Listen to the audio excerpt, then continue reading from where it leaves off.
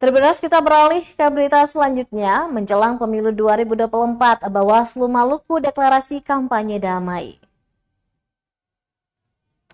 Badan Pengawas Pemilu Bawaslu Maluku deklarasi kampanye damai jelang pemilu 2024. Hal itu agar pelaksanaan kampanye dapat berjalan penuh kegembiraan dan mengedepankan kejujuran menuju pemilu yang adil. Deklarasi kampanye damai melibatkan Forkopimda, partai politik, OKP, serta calon anggota DPD RI. Ketua Bawaslu Provinsi Maluku, Subair, mengatakan deklarasi kampanye damai sudah menjadi kegiatan tahunan yang digelar Bawaslu setiap menjelang perhelatan Pesta Demokrasi.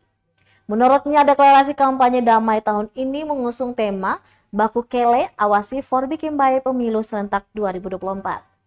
Tema ini diangkat dengan maksud Bawaslu membutuhkan kerjasama semua pihak untuk sama-sama mengawasi jalannya tahapan pemilu 2024 di Provinsi Maluku. Diketahui tahapan kampanye akan dimulai tanggal 28 November 2023 hingga berakhir pada 10 Februari 2024 nanti mendatang.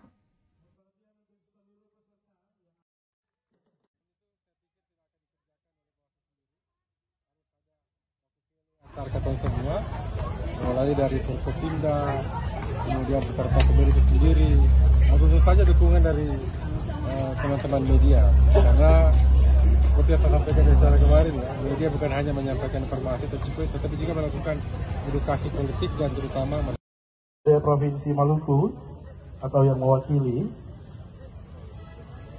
Kabinda,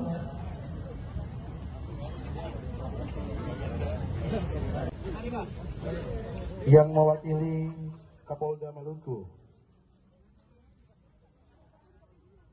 Download Tribun X sekarang, menghadirkan lokal menjadi Indonesia.